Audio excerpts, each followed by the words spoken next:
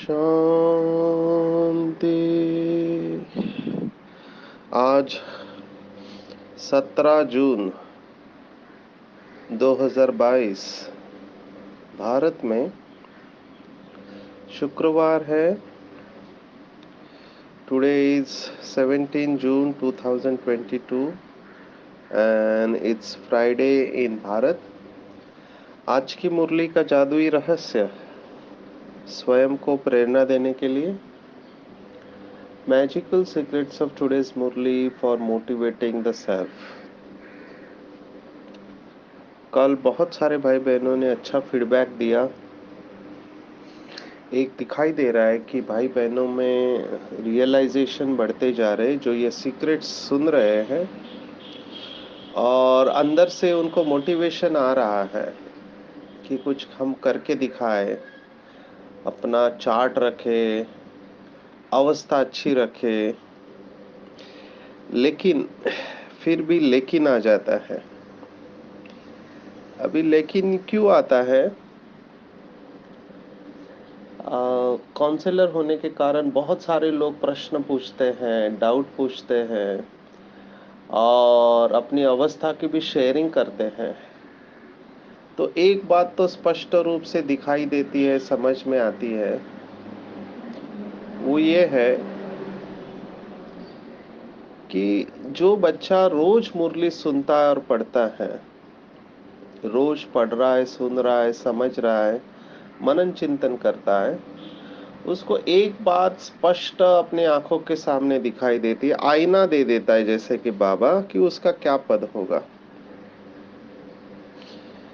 जो दिखाई दिया वो ये है कि बहुत सारे बात आत्माओं को पता है कि श्रेष्ठ कर्म क्या है, विकर्म क्या है, सब पता है। संपूर्ण अवस्था क्या है वो भी पता है। नष्टु मोहा कैसे बनना है ये भी पता है ना। जैसे आज की मुरली में आया है अचल अवस्था, तो अचल कैसे बनना है, अचल अवस्था के लक्षण क्या है ये भी पता है। लेकिन अल्टीमेटली अंत तो गत्वा क्या दिखाई देता है कि लक्ष्य और लक्षण में फर्क दिखाई देता है। समझता है कि ये नहीं होना चाहिए लेकिन रोक नहीं पा रहे हैं। समझता है कि इतना मोह ठीक नहीं है लेकिन रोक नहीं पा रहे हैं। And I think that's it. अंत में ऐसे ही होने वाला है कि बहुत सारे भाई बहने, उनको स्पष्ट दिखाई देगा कि हमारी अवस्था क्या है और ज्यादा फर्क नहीं पड़ने वाला। कई लोग ये भी सोचते हैं कि लास्ट में चेंज हो जाएंगे हम, लास्ट में हमको वैराग्य आएगा तो सब परिवर्तन हो जाएगा। आई फील सॉरी, क्योंकि बहुत सालों से मैं देख रहा हूँ काउंसलिंग के लिए लोग आते हैं, वो नहीं बदल पाते हैं अपने को कुछ कारणवश। क्यों नहीं बदल पाते हैं? क्योंकि एक फंडामेंटल बात जो योगी आत्माओं को जरूरी है उसके ऊपर काम नहीं करते हैं, ऊपर ऊपर से समझ लेते हैं। वो कौन सी फंडामेंटल बात है? फंडामेंटल कह रहा हूं मैं, बाबा ने भी इसके ऊपर बहुत मुरली बताई है, चलाई है, और वो बात है बेहद का वैराग्य। बगैर वैराग्य के कुछ नहीं हो सकता। आप कितनी भी कोशिश करो, कितनी भी कोशिश करो, इट इज नॉट पॉसिबल। हमने देखा श्रीमद् भगवत गीता में भी 6ठे अध्याय में ये शब्द आया है, जब अर्जुन कहता है कि मन बहुत चंचल है, मैं इसको कंट्रोल नहीं कर सकता। इवन 3रे अध्याय में भी अर्जुन कहता है अथ केन प्रयुक्तयम पापम चरति पुरुषा, माना ऐसा क्यों है कि पाप करता है मनुष्य, पता है ये गलत है, फिर भी उसको रोक नहीं पाता है। तो परमात्मा का जवाब यही है, अभ्यासेन तो कौन्तेय वैराग्येन च गृह्यते। बगैर अभ्यास और वैराग्य के आप इसको कंट्रोल नहीं कर सकते हैं। मेरे पास कितने पेशेंट आते हैं, वो बोलते हैं कि हम चाहते नहीं है, हम चाहते नहीं है रोना, फिर भी आंखों से आंसू आ जाता है। हम चाहते नहीं है सिगरेट बीड़ी पीना या तंबाकू शराब, लेकिन हो जाता है। ये जो हो जाता है बोलने वाले लोग हैं ना, ये अधीन आत्माएं हैं। बाबा ने मुरली में कहा है, अधीन आत्माएं कभी भी अधिकारी नहीं बन सकते। पूरी बात स्वराज्य अधिकारी की है। तो कुछ लोग पूछते हैं कि चेकिंग क्या करे, तो चेकिंग एक ही है कि आपकी अवस्था अच्छी है, उसकी एक ही चेकिंग है कि जब चाहे, जहां चाहे, जितने समय तक चाहे मन और बुद्धि को एकाग्र कर सके। ये बहुत ऊंची अवस्था है। और सबसे अच्छी एकाग्रता उसे कहेंगे जब कोई बाबा का बच्चा अपनी मन और बुद्धि को निरंतर शिव बाबा के ऊपर एकाग्र कर सके। सबसे बुद्धिमान उसे ही कहा जाता है जो मन और बुद्धि को निरंतर शिव बाबा में एकाग्र कर सके। क्यों बाबा को कहना पड़ रहा है मुरली में, बाबा को बार बार कहना पड़ रहा है कि बच्चे तुम्हारे अंदर ये इच्छाएं नहीं होनी चाहिए कि ये पहनूं, ये खाऊं, ये करूं। क्योंकि दिखाई देता है कि ये इच्छाएं है, अच्छा अच्छा खाने की इच्छा है, अच्छे कपड़े पहनने की इच्छा है, अच्छा घर में रहने की इच्छा है। अभी देयर इज नथिंग रॉन्ग कि इन चीजों का आप मालिक बनकर इस्तेमाल करो, है ना। समझो किसी की अच्छी अवस्था है, माना किसी के पास धन अच्छा है और कोई बंधन नहीं है, तो रखे भले ये चीजें, लेकिन इसके अधीन नहीं होना है। ऐसा ना हो कि ये चीजें नहीं मिले तो अवस्था डामाडोल हो जाए। बाबा ने हमको ऊंची बात बताई है कि बाबा ने बताया, देखो 95 तक यज्ञ में धन नहीं था, 90s तक, लेकिन जैसे तपस्या वर्ष हुआ जिसकी मुरलियां अभी चल रही है, तो चारों ओर तपस्या का माहौल था। तो बाबा ने कहा साधना की बच्चों ने, तो साधना का फल क्या है, साधन। तो साधन मिलने ही है, तो बहुत सारे साधन आ गए। हमने सुना अभी परसों माइंड बॉडी मेडिसिन कॉन्फ्रेंस में डॉक्टर अशोक मेहता का हमने इंटरव्यू लिया। तो वो जब यज्ञ में आए थे तो उन्होंने देखा कि यज्ञ में उस वक्त केवल एक ही गाड़ी थी। वो देखते थे कि एक ही गाड़ी में सब कुछ चल रहा है। आज यज्ञ में कितनी गाड़ी हो गई है, मधुबन में हम देखते हैं हर एक कार में घूमता है। तो ये सब कैसे हुआ, साधना का फल है ये, है ना। प्रकृति दासी बनती है। तो बाबा ने ये कहा था कि बच्चे आगे चलकर आपकी बहुत महिमा होगी, आपके पास साधन आएंगे, लेकिन साधन को आधार मत बनाओ। बाबा ने कहा था साधन को आधार मत बनाओ, आधार है साधना। तो साधना अच्छी होगी तो साधन अपने आप आएंगे। तो साधन अगर आ गए हैं, अगर उसको आधार बनाया तो तपस्या खत्म। यही बात के ऊपर हमको अटेंशन देना चाहिए कि जितना हो सके हमको साधारण रहना है। और ब्रह्मा बाबा ने ये करके दिखाया। जबकि ब्रह्मा बाबा ने अपना सब कुछ यज्ञ में लगाया, तो वो कर सकते थे, अपने लिए अच्छा कमरा वगैरह रख सकते थे, लेकिन बाबा हमेशा ये कहते थे ये सब बच्चों के लिए है। मेरा शरीर पुराना है तो घर भी पुराना होगा। बाबा ने यहाँ तक मुरलियों में कहा था कि 36 चत्तियों वाला कपड़ा, माना जिसके ऊपर आप छोटे छोटे चत्तियां लगा दो, है ना, फटता है कपड़ा तो उसके ऊपर एक छोटा कपड़े का टुकड़ा सी लेते हैं। तो बाबा ने वहां तक कहा था लेकिन आज मैं देख रहा हूँ, अभी ये टीका नहीं है, ऑब्जर्वेशन है कि कड़क कपड़े चाहिए और अच्छे अच्छे कपड़े चाहिए। बाबा ने सफेद ड्रेस किस लिए दिया था कि सफेद में कोई चॉइस नहीं रहती है।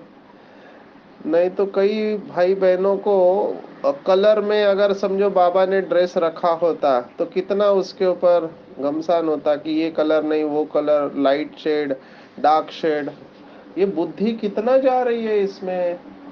पर इसमें भी लोगों ने रास्ता ढूंढ लिया। सफेद में भी बॉर्डर वाला सफेद, सिल्क वाला सफेद। फिर सफेद खराब होता है तो उसके ऊपर जैकेट पहनना चालू किया। अभी एक ने पहना तो सभी लोग पहनने लगे, है ना। आप सोचो इसके ऊपर बाबा ने क्या नियम बनाए थे और क्या हो रहा है।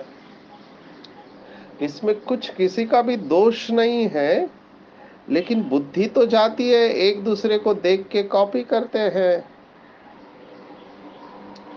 तो ये पहनने का शौक होता है। हमारे पास तो एक ऐसी आत्मा है, उसकी कपड़े की जो इस्त्री होती है उसकी सिलवट भी वो टूटने नहीं देता है।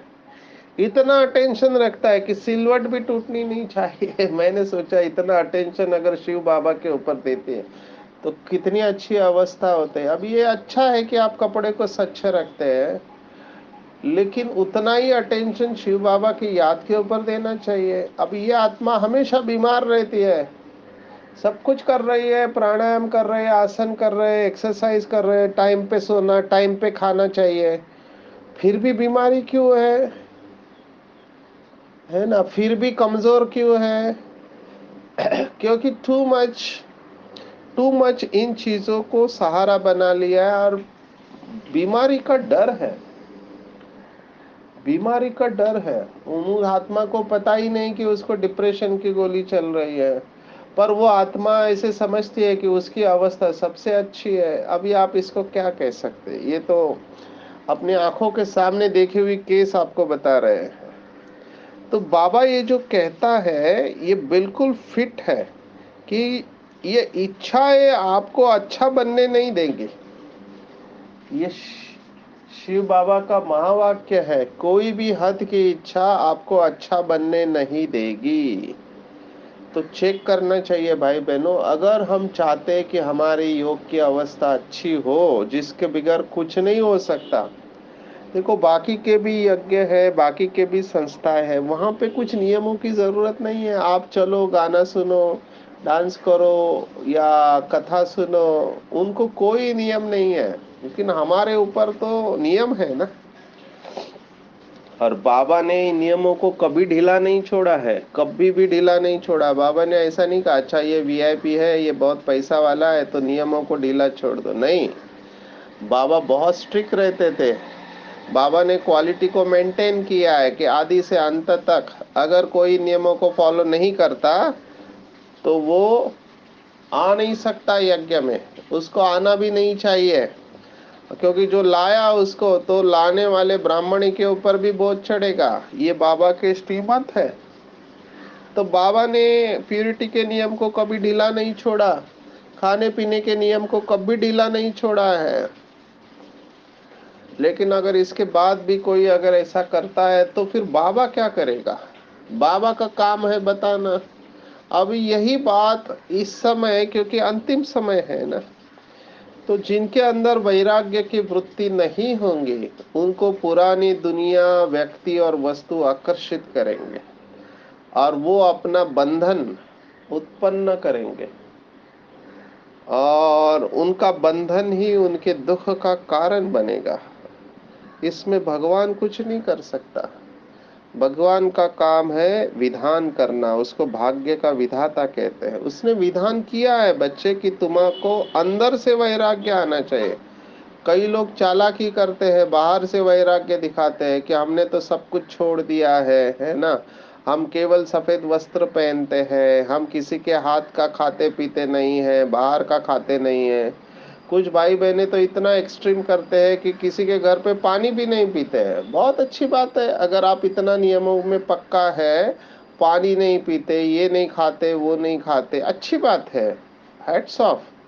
फुल फुल मार्क्स, लेकिन क्या आपकी अवस्था वैसे है? नहीं तो क्या है, लोग अवस्था को देखते हैं ना, वो ये नहीं देखते कि आप खाते या नहीं है, वो ये देखते हैं कि आपकी अवस्था कैसे है। अभी ये मैं क्यों कह रहा हूँ कि हमने एक बार टेस्ट किया था, जो समझते हैं योगी आत्माएं, क्योंकि मेडिकल विंग है, रिसर्च विंग है स्पार्क, तो हमने चेक किया तो पता चला कि कुछ आत्मा की अवस्था ही नहीं है, पर वो समझती है कि मेरी अवस्था अच्छी है। तो जब हमने रिजल्ट बताया तो वो आत्मा मानने को ही तैयार नहीं, कहते कि मेरा तो योग बहुत अच्छा है, लेकिन मशीन कुछ और कह रही है। ये मशीन तो ऑब्जेक्टिव होती है, माना ये सब्जेक्टिव नहीं होती है, आपको खुश करने वाली नहीं होती है। तो ये सब बाबा के बच्चे नंबरवार है और अभी प्रत्यक्ष हो रहे हैं।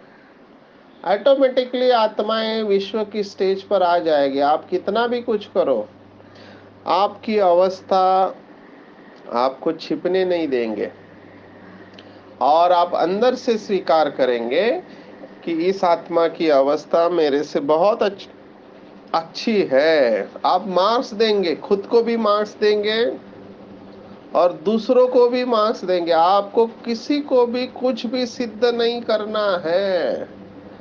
जो मोह के कीड़े बाबा ने बताया ना, बाबा बहुत कड़े शब्द कई बार इस्तेमाल करता है। अभी भगवान है, वो कर सकता है, अविनाशी सर्जन है, क्योंकि उसके बिगर समझ में नहीं आता है। मोह के कीड़े कहा है बाबा ने, कहा मोहजित परिवार सतयुग का, कहा यह मोह के कीड़े, क्योंकि रह नहीं सकते एक दूसरे के बगैर। अगर बच्चों को कुछ आ जाता है तो माँ बाप के ऊपर सेक आता है। अभी उस आत्मा का अपना हिसाब किताब है ना। आप अपनी तरफ से पूरी कोशिश करना चाहिए, आपको अपना कर्तव्य जरूर निभाना चाहिए, डॉक्टर के पास लेके जाओ, योग करो, जो भी करो करते रहना चाहिए, लेकिन उसका सेक नहीं आना चाहिए अपने ऊपर, है ना। कल भी उदाहरण बताया था ब्रह्मा बाप का। तो आपको अपना कर्तव्य जरूर निभाना है, लेकिन फंसना नहीं है, फंसना नहीं है, किसी को सेक नहीं आना चाहिए। बाबा तो यहाँ तक कहता है कि कोई मरे तो हलवा खाओ, अम्मा मरे तो हलवा खाओ, बीवी मरे तो हलवा खाओ, माना मरने पर शौक नहीं होना चाहिए। उस आत्मा का पार्ट पूरा हो गया और वो आत्मा अपने अगली जर्नी पर चली गई। लौकिक में भी कहते हैं, मुझे आश्चर्य लगा जब मैं अफ्रीकन कुछ ऐसे ट्राइब्स होते हैं उनके बारे में स्टडी कर रहा था, तो वहां पर आज भी मरने के बाद रोते नहीं है, लेकिन सेलिब्रेट करते हैं। और मरने के बाद वो उसको मरते समय कहते हैं कि बॉन वॉयज, माना आपकी अगली यात्रा अच्छी हो, सुखद हो। यहाँ पर कितना रोते रहते हैं। बाबा तो मुरली में कहता है कई माताएं सालों तक रोते रहती है, बच्चा मरा, पति मरा। तो ये क्या है, बाबा इसको कहता है मोह के कीड़े हैं। मोह जो है हमको कर्तव्य करने नहीं देता। यही भगवत गीता का फंडामेंटल है कि अर्जुन मोह के कारण अपना कर्तव्य से दूर हो गया। वो कहता है नहीं, मैं बाण नहीं चलाऊंगा, इससे तो मैं भीख मांग के जीऊंगा। तो सोचो क्या हमारी ये अवस्था है। चेक करो और चेंज करो। क्या मेरे अंदर बेहद का वैराग्य है? क्या मुझे कोई व्यक्ति और वस्तु खींचता है? क्या मेरे अंदर ये इच्छाएं होती है कि मेरा नाम मान शान बने? ये स्थूल चीजें तो छोड़ दो, कई लोग इसको कंट्रोल कर लेते हैं युक्ति से, लेकिन सूक्ष्म चीजों में भी फंस जाते हैं। जैसे मेरे को पूछा जाए, मेरा नाम हो, मैं भी तो कुछ हूँ, मैंने भी तो पढ़ाई की है, मैंने भी तो सेवा की है, मेरे को सम्मान मिलना चाहिए। बाबा कहते इससे भी वैराग्य और प्रायश्चित करना है। प्रायश्चित लौकिक में अलग अलग तरीके हैं, है ना। और देखो लौकिक में मोह कैसे छुड़ाते हैं, खाने में आसक्ति। तो कुछ जैसे जैन धर्म में उनके गुरु उनको पूछते हैं कपाल, आपको कौन सी सब्जी अच्छी लगती है? वो कहता है कि मेरे को गोभी अच्छी लगती है, या और कोई सब्जी अच्छी लगती है, बैंगन अच्छा लगता है। वो कहेंगे आज से आपका बैंगन बंद, आप बैंगन नहीं खाओगे। तो जो अच्छा लगता है उसको आजीवन छोड़ने की सलाह देते हैं और वो फॉलो भी करते हैं वो। तो ये बहुत अच्छा तरीका है कि लौकिक में ये लोग फॉलो करते हैं कि जो चीज मुझसे अच्छी लगती है वहां मेरी बुद्धि जा रही है तो उसको छोड़ देना चाहिए, क्योंकि उसमें आसक्ति नहीं होना चाहिए।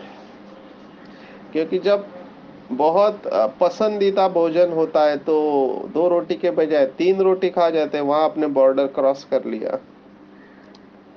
तो चेक करना है कि क्या मैंने अपने विकर्मों का प्रायश्चित्त किया है। अभी ऐसे भी लोग मेरे पास आते हैं जो गिल्ट फीलिंग में रहते हैं, आत्मग्लानि, उनको अपने पाप कर्म याद रहते हैं। तो उसका प्रायश्चित्त लेना चाहिए, है ना। प्रायश्चित्त अलग अलग प्रकार के होते हैं, है ना। जैसे उपवास करना एक प्रायश्चित्त है। भक्ति मार्ग की बात सुना रहे हैं, हमको ऐसा कुछ करना नहीं है, लेकिन उदाहरण सुना रहे हैं, है ना। कई लोग पैदल बिना चप्पल लिए चलते हैं, है ना। कई लोग फास्टिंग करते हैं, कई लोग माफी मांगते रहते हैं। तो ये सब प्रायश्चित्त है। इसका लक्ष्य क्या है? इसका लक्ष्य ये है कि आपका अंतःकरण शुद्ध हो जाए। पर बाबा ने आज प्रायश्चित्त बताया है कि बाप को याद करना ही प्रायश्चित्त है। अब ये बहुत डीप बात है, इसको अच्छी तरह से समझना चाहिए कि कैसे बाप को याद करना प्रायश्चित्त है। जितना हम बाबा को याद करते जाएंगे उतना क्या होगा कि हमारे कर्मों का जो भोग हमारे सामने आता है, फिर वो बीमारी के रूप में आता है या इंटरपर्सनल रिलेशनशिप्स के रूप में आता है, उसका हमारे ऊपर असर नहीं आएगा। आज जो बाबा ने उदाहरण दिया है मुरली में, वो है ब्रह्मा बाबा की खांसी। तो ब्रह्मा बाबा को बहुत खांसी रहती थी, है ना, जिससे उनको तकलीफ होती थी। तो ब्रह्मा बाबा बार बार कहते थे शिव बाबा को, आप ये शरीर को इस्तेमाल कर रहे हो तो इसका भाड़ा तो दो। तो बाबा कहता था ये तुम्हारा कर्म भोग है। तो ब्रह्मा बाबा ने समझ लिया और अपनी योग की अवस्था को बढ़ाए, इतनी बढ़ाई कि वो खांसी के ऊपर उन्होंने विजय प्राप्त किया। कंप्लेंट नहीं किया, है ना। ये तो मीठी रूह रियान करते थे बाबा के सामने। तो चेक करना चाहिए कि क्या मैंने अपने पाप कर्मों का प्रायश्चित्त किया है। एक और तरीका जो हेल्दी है, लिख के बाबा को दे देना। जो भी गलती जाने अनजाने में ज्ञान में आने के बाद हमसे हुई है, वो लिख कर सब कुछ बाबा को दे दो। तो लिख कर जब देते हैं ना सच्चे दिल से, तो आप हल्के हो जाएंगे, वो बार बार दिल खाएगा नहीं। हमने ये देखा है कि जो सेंसिटिव नेचर वाले होते हैं, नाजुक स्वभाव वाले होते हैं या डिप्रेशन वाले होते हैं, उनके अंदर ये गिल्ट फीलिंग काफी रहता है। तो सब बाबा को सच सच बता देना चाहिए। बाबा तो क्षमा का सागर है। एक्चुअली क्षमा ड्रामा में होती नहीं है, लेकिन बाबा तो ऐसे भी बच्चों को स्वीकार करता है। लौकिक का वो बिलीफ है ना कि भगवान सजा देगा करके। तो बाबा ने कहा कि आप लिखकर मुझे दे दो तो आपका दिल खाएगा नहीं। और जितना आप बाबा की याद में रहेंगे, कर्म अच्छे होंगे, उतना ही आप अपनी नजरों में उठ जाएंगे, है ना। अपनी नजरों में गिरेंगे नहीं। अभी क्या होता है, जिसने पाप कर्म होता है वो अपनी नजरों में गिर जाते हैं।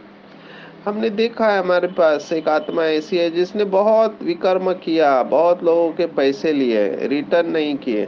वो किसी से आंखें नहीं मिला पा रही है, क्योंकि पता चला कि हम अवस्था से नीचे आ गए।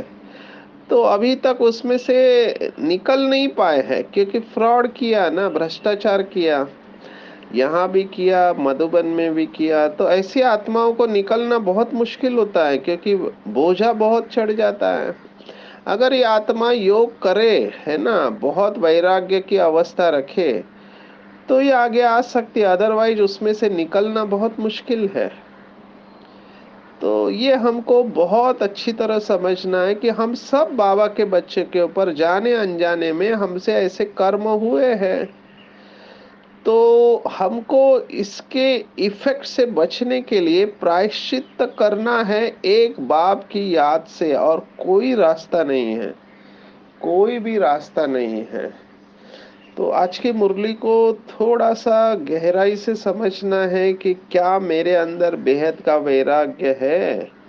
अगर नहीं है तो मेरा योग स्थिर नहीं रहेगा, और योग स्थिर नहीं रहेगा तो पुराने हिसाब किताब आएंगे और उसमें पुराने संस्कार काम करेंगे। मैं कितना आपको बताऊं इसके बारे में। समर्पित आत्मा है जिसने अपना जीवन दिया है। अभी वो कुछ कारणवश पेपर्स आते हैं, है ना।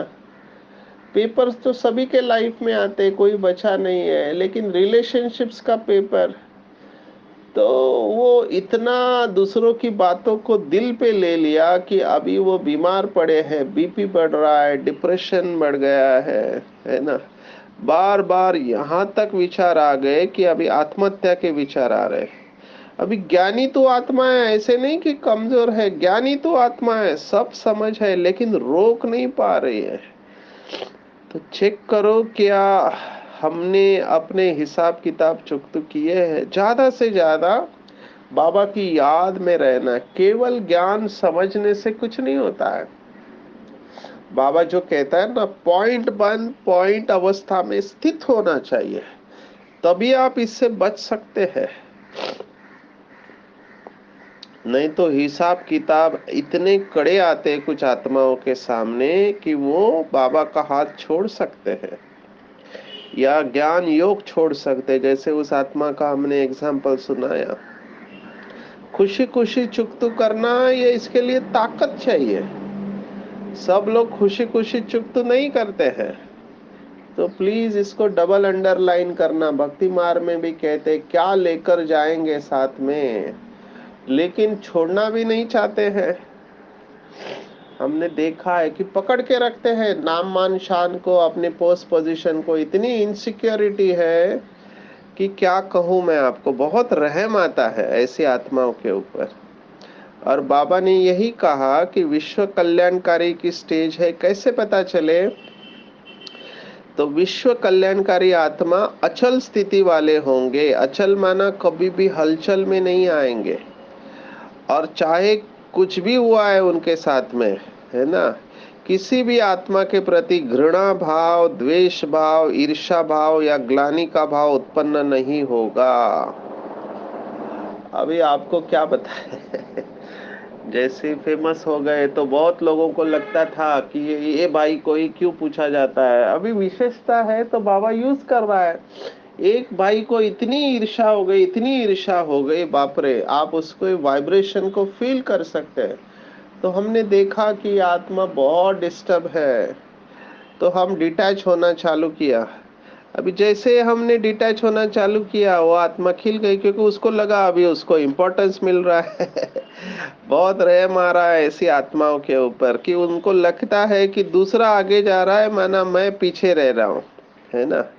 ये ईर्ष्या का गुण बहुत नुकसान करता है। गुण नहीं कहेंगे इसको, अवगुण ही कहेंगे। लेकिन घृणा करना, किसी के प्रति द्वेष भाव रखना, ईर्ष्या रखना, अभी इनको क्या कहेंगे। अभी सब ये आपके सामने दिखाई देगा। नंबर वार बाबा के बच्चे, है ना। तो रहम आना चाहिए। रहम करो, रहम करो, रहम करो। ये क्वालिटी मुझे बहुत अच्छी लगती है। और देख भी रहे हैं कि कुछ कर भी नहीं सकते, क्योंकि वो आत्मा परवश है। परवश आत्माएं मुझे ज्यादा दिखाई दे रही है अभी। तो उनके ऊपर केवल रहम का भाव ही उत्पन्न होता है, और दिल से आता है कि बाबा आप इस आत्मा को शक्ति देना। क्योंकि आत्मा अंदर से खाली है, तो जो खाली होगा वो अपने को सिद्ध करने की कोशिश जरूर करेगा। तो आप साक्षी हो जाओ। इस समय सबसे बड़ा गुण आपको जो मदद करेगा वो है साक्षी भाव। जितना साक्षी होते जाएंगे उतना बाप को साथ में अनुभव करेंगे। और ये जितनी भी क्रोध की अग्नि है आपके आसपास है, चारों तरफ है, वो क्रोध की अग्नि साक्षी और शांति की अवस्था से शांत हो जाएगी। और आपको अंदर से पता चलेगा कि आपका पद बहुत ऊंचा है। आपको अंदर से रियलाइजेशन आएगी, नशे में आप चल जाएंगे कि हम भविष्य में प्रिंस प्रिंसेस बन रहे हैं। ये सब ऑटोमेटिकली होता है। जितना हमारे अंदर बेहद का वैराग्य होगा, हम त्याग भाव वाले रहेंगे, जो त्याग की 7 मुरलियां 1982 में चलाएंगे, उसकी गहराई में जाएंगे, उतना हम डिटैच हो पाएंगे और बाबा के साथ अटैच होंगे, उतना हमारा योग अच्छा होगा। और जितना हमारा योग अच्छा होगा उतना हम अचल रहेंगे, और जितना हम अचल रहेंगे उतना दूसरे आत्माओं के ईर्ष्या द्वेष घृणा भाव से हम मुक्त रहेंगे। हर आत्मा के प्रति नेचुरली शुभ भावना और शुभ कामना रहेगी, कल्याण की भावना रहेगी, और शांति की शक्ति में हम स्थित रहेंगे। आज 17 जून 2022, आज की मुरली के ऊपर मेडिटेशन। अपने आप को बिल्कुल हल्का छोड़ देंगे, सिर से लेकर पांव के अंगूठे तक संपूर्ण शरीर बिल्कुल हल्का। Relax, relax, let go. मेरा संपूर्ण शरीर हल्का होते जा रहा है। ध्यान दो आंखों के बीच में। महसूस करेंगे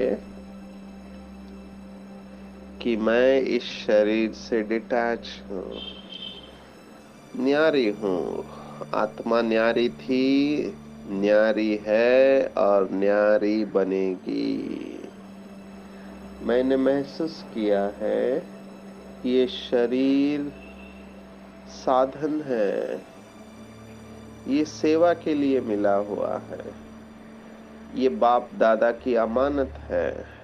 मुझे इसे केवल सेवा के लिए इस्तेमाल करना है।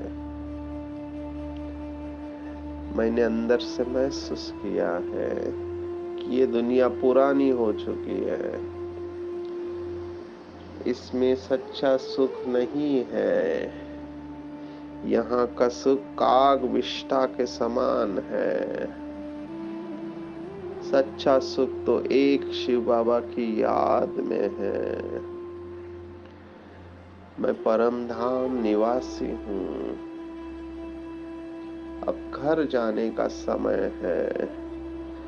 मेरी बुद्धि पुरानी दुनिया से हट चुकी है। मैंने महसूस किया कि अंतिम जन्म है और सभी के हिसाब किताब चुकत हो रहे हैं। जितना मेरा योग अच्छा होगा उतने मैं कर्म भोग को कर्म योग में परिवर्तन कर पाऊंगी। मैं आत्मा परम धाम में स्थित हूँ। शिव बाबा के साथ तीसरे नेत्र से देखेंगे और अनुभव करेंगे कि बाबा से शक्तिशाली किरणें मेरे अंदर प्रवेश कर रही है और मेरे जन्म जन्मांतर के पाप कर्म भस्म हो रहे हैं। मैं आत्मा फिर से शुद्ध और पवित्र बनते जा रहे हैं। शुद्ध और पवित्र।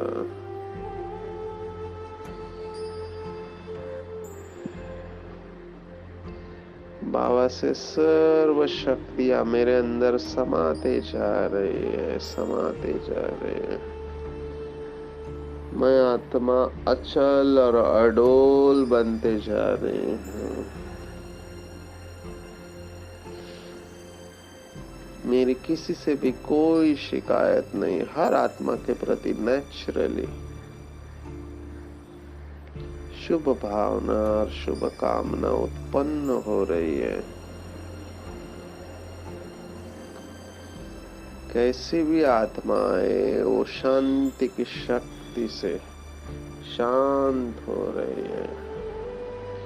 मुझे बहुत अच्छा लग रहा है क्योंकि मैं विश्व की स्टेज पर हूँ। बाप समान विश्व कल्याणकारी हूँ।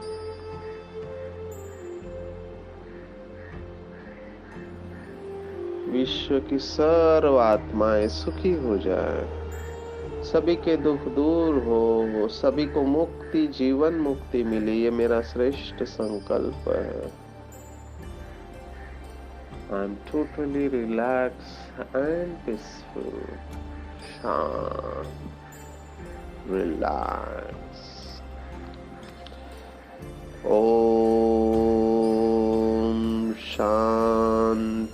शांति शांति। सर्वशक्तिवान बाप हमेशा मेरे साथ है। उसने अपना वरदानी हाथ मेरे सिर के ऊपर रखा है। बाबा मुझे दृष्टि दे रहा है। बाबा से शक्तिशाली किरणें आंखों के द्वारा मेरे अंदर प्रवेश कर रही है और बाबा मुझे कह रहा है, बच्चे तुम मेरे हो। तुमने कल्प कल्प मुझे याद कर अपने विकर्मों के ऊपर विजय प्राप्त की, अपना हिसाब किताब खुशी खुशी से चुकता किया है। तुमने बेहद के वैराग्य से अपने योग को इतना श्रेष्ठ कर दिया है कि आपने व्यक्ति और वस्तु के प्रभाव से अपने आप को मुक्त कर दिया है। आप अचल अडोल हो। आपका हर आत्मा के प्रति नेचुरली शुभ भावना और शुभ कामना उत्पन्न होती है।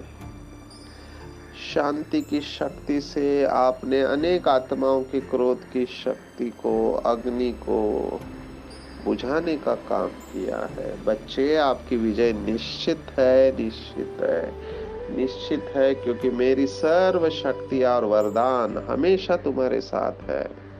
जाओ विश्व का कल्याण करो। बाबा से ये वरदान प्राप्त करके मैं आत्मा अति हर्षित हो रही हूँ। बाबा को दिल से धन्यवाद दे रही हूँ। मेरा बाबा, मीठा बाबा, प्यारा बाबा और दुलारा बाबा, सच्चा बाबा और अच्छा बाबा, दयालु बाबा, कृपालु बाबा, वाह बाबा, शुक्रिया बाबा, शुक्रिया। अच्छा।